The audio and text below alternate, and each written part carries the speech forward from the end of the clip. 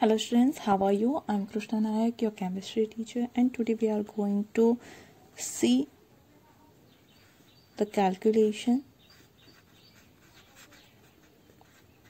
of numbers of atoms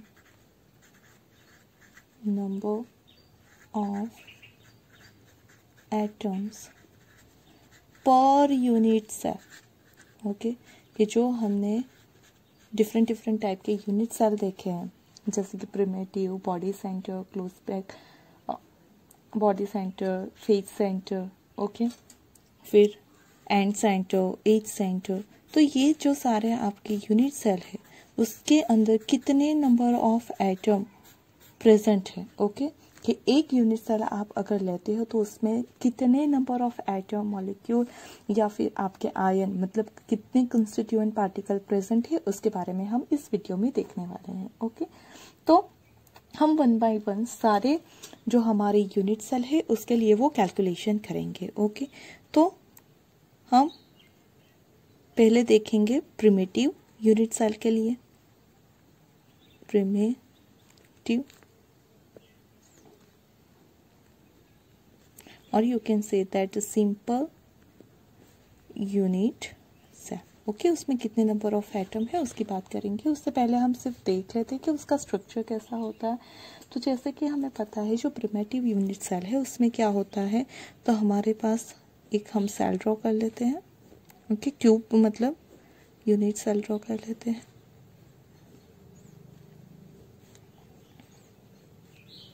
ये हो गया आपका एक cell. Now here you know that कि जो आपका कॉर्नर एटम होता है, ओके, जो कॉर्नर, जितने भी कॉर्नर है वहाँ पे एक एक क्या होता है, तो वहाँ पे एक एक मॉलिक्यूल प्रेजेंट है आपका, ओके, और एटम प्रेजेंट है। मतलब यहाँ पे 8 कॉर्नर्स है तो 8 मॉलिक्यूल्स प्रेजेंट है। लेकिन वो पूरा एटम तो उसमें नहीं होगा, उसका कंट्रीब्यूशन कितना होता है कि एक एटम का एक यूनिट सेल में कितना कंट्रीब्यूशन होता है वो सब हम देखेंगे। ओके, लेकिन उसके पहले सिर्फ हम डायग्राम ड्रॉ कर लेते हैं।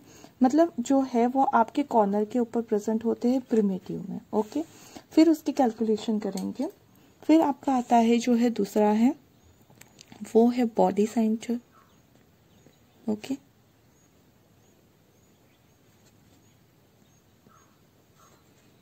cubic unit cell.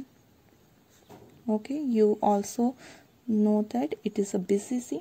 Okay, उसका जो है उसमें क्या होता है, तो ये आपका हो गया एक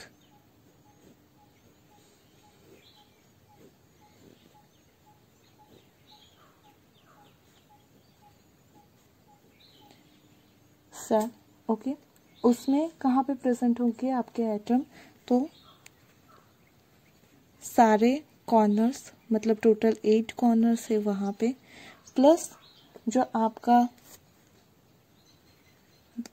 बॉडी है उसके बीच में एक प्रेजेंट होगा। ओके, तो यहाँ पे बीच वाला आइटम है। अब बीच वाले आइटम का कंट्रीब्यूशन क्या है वो भी हम देखेंगे। ओके, उसके बाद आपका आता है थर्ड, जो है वो face centred cubic unit cell. Okay, वो क्या है, एफसीसी। ओके, वहाँ पे कैसे प्रेजेंट होते हैं हमारे एटम, तो ये हो गया आपका एक क्यूब। ओके, नाउ क्यूब के जो आपके सारे कॉर्नर्स है वहाँ पे प्रेजेंट होगा आपका एटम। ओके, मतलब 8 कॉर्नर्स हो गए तो 8 कॉर्नर्स पे हो गए, प्लस कहाँ पे प्रेजेंट हो गए, तो आपका ये जो सारे साइड है, ओके, जो फेसेस है, क्यूब में कितने फेस होते हैं, तो 6 फेसेस, ये 4, एक आगे वाले पे एक पीछे वाले पे, तो टोटल 6 फेस पे हमारे एटम प्रेजेंट होंगे। ओके, जो फोर्थ है हमारा वो है edge centre. Okay, edge centred unit cell. Edge centre में क्या होगा, तो एज सेंटर का हम क्यूब ड्रॉ कर लेते हैं।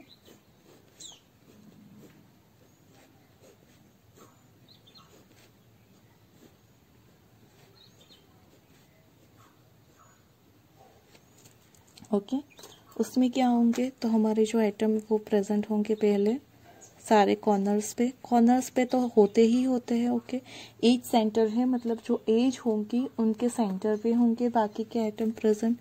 तो यहाँ पे एक, यहाँ पे 3 4 5 6 7 8। ओके, उसी तरह से 9 10 11 और 12, टोटल 12 एजेस होती है, उसके ऊपर प्रेजेंट होते हैं। उसके बाद आता है आपका 5th वाला, ओके, जो कि है एंड सेंटर्ड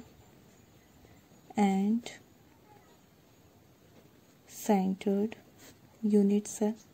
ओके, उसमें कितने लेटाइस हैं, तो उसमें प्रेजेंट है लेटाइस। पहले हम यूनिट सेल ड्रॉ कर लेते हैं।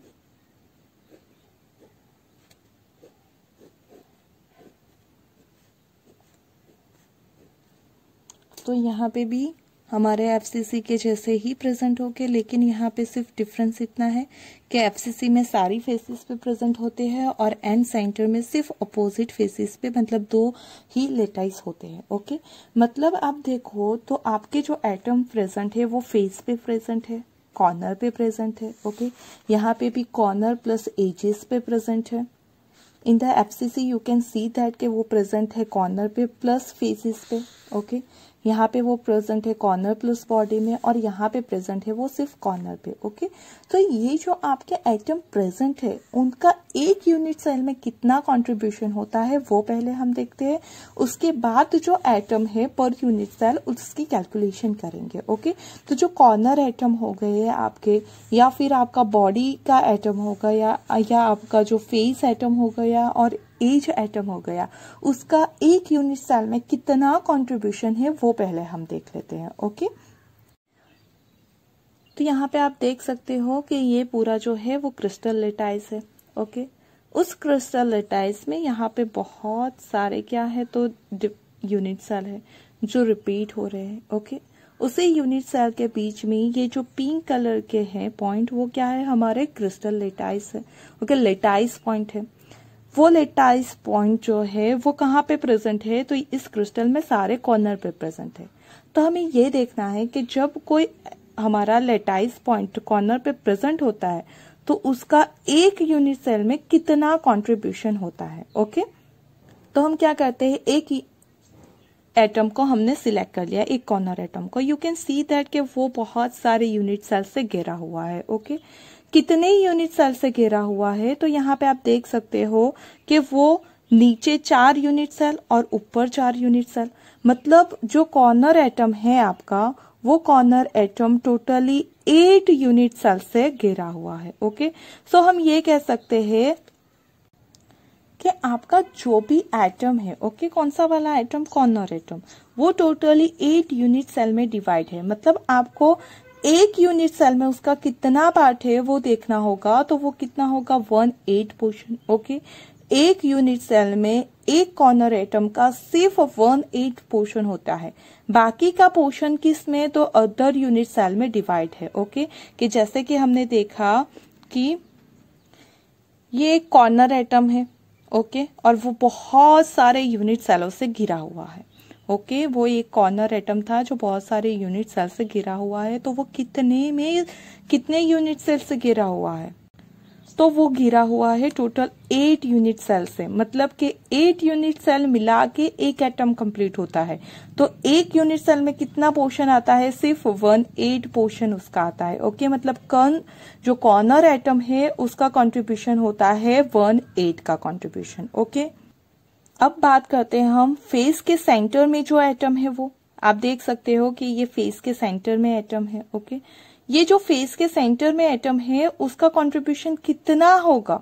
ओके, उसकी बात करो तो हमें क्या करता है, तो you can easily seek that कि ये फेस एंटर जो सेंटर में एटम है वो 2 यूनिट सेल के बीच से घिरा हुआ है। ओके, तो यहां से उससे हमने क्या किया, डिवाइड कर दिया। ओके, तो वो कितने यूनिट सेल में है, 2 यूनिट सेल में है।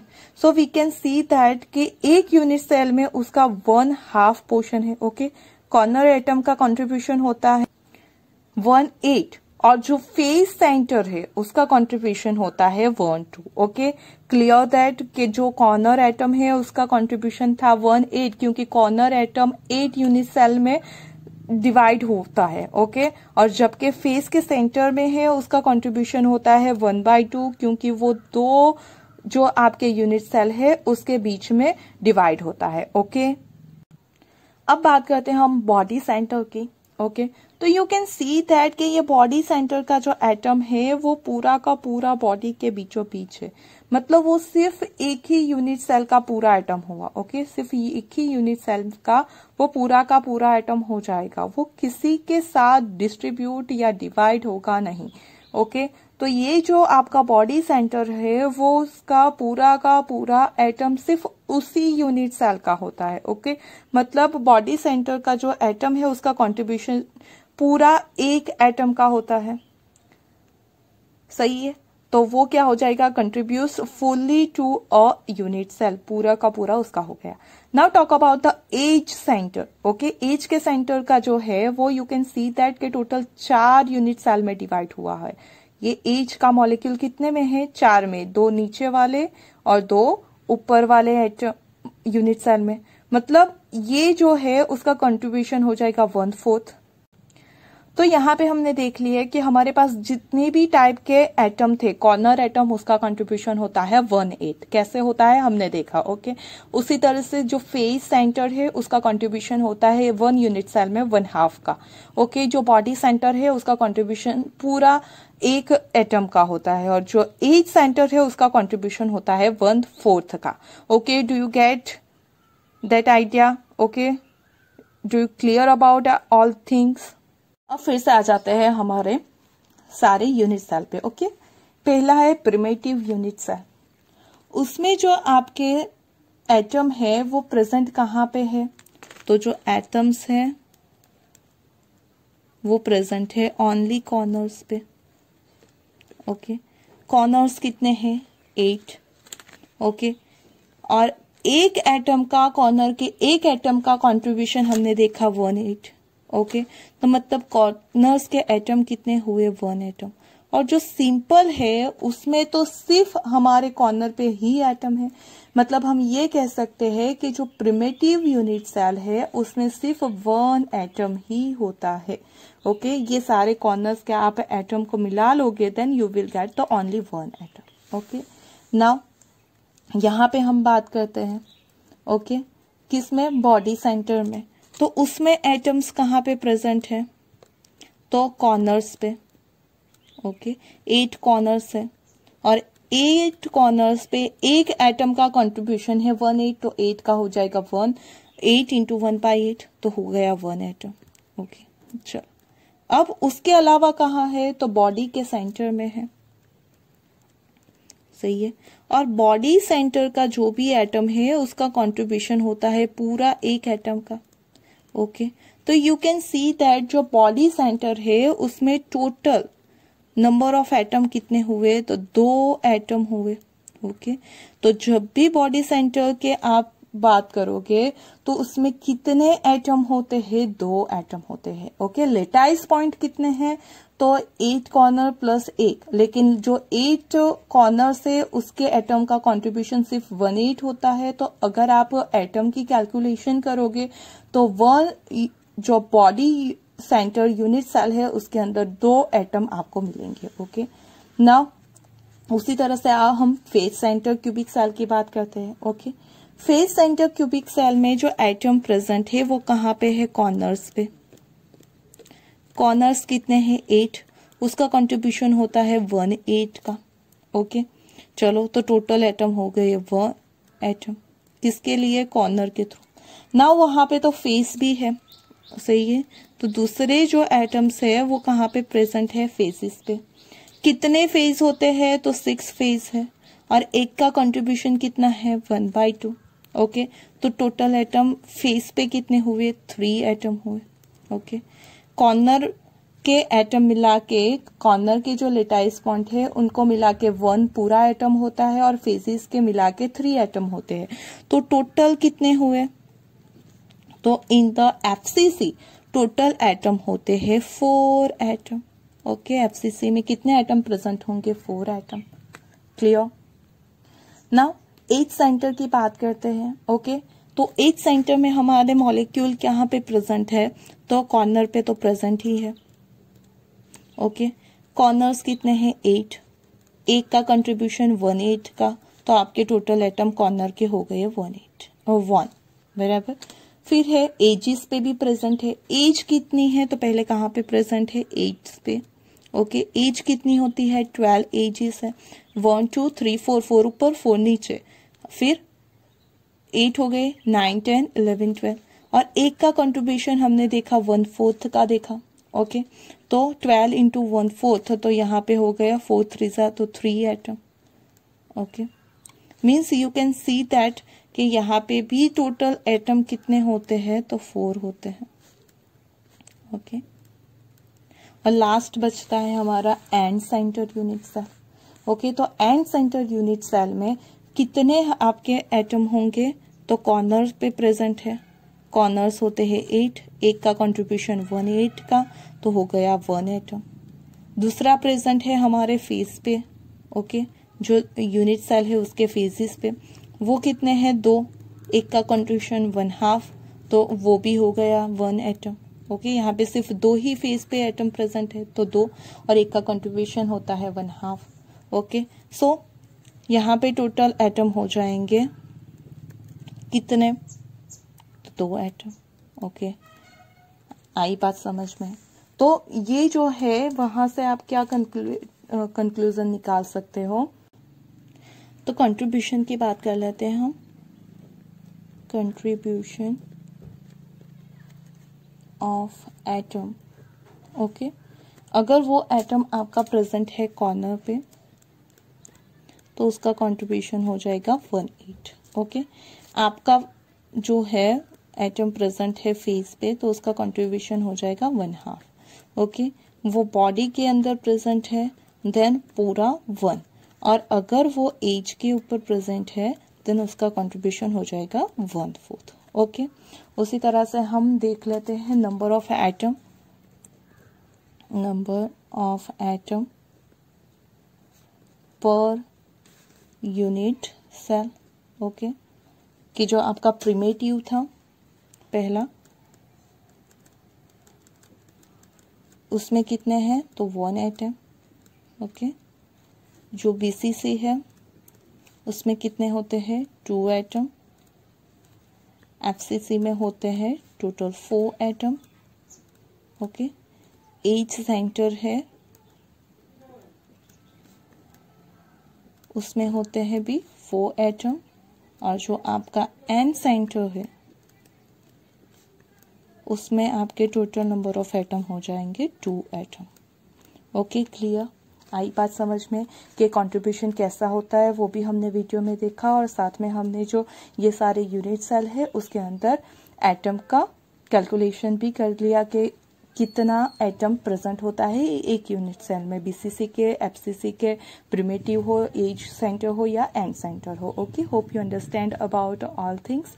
If you having any query और doubt related any topic, then you can ask me by a drop a message in a comment box. Thank you.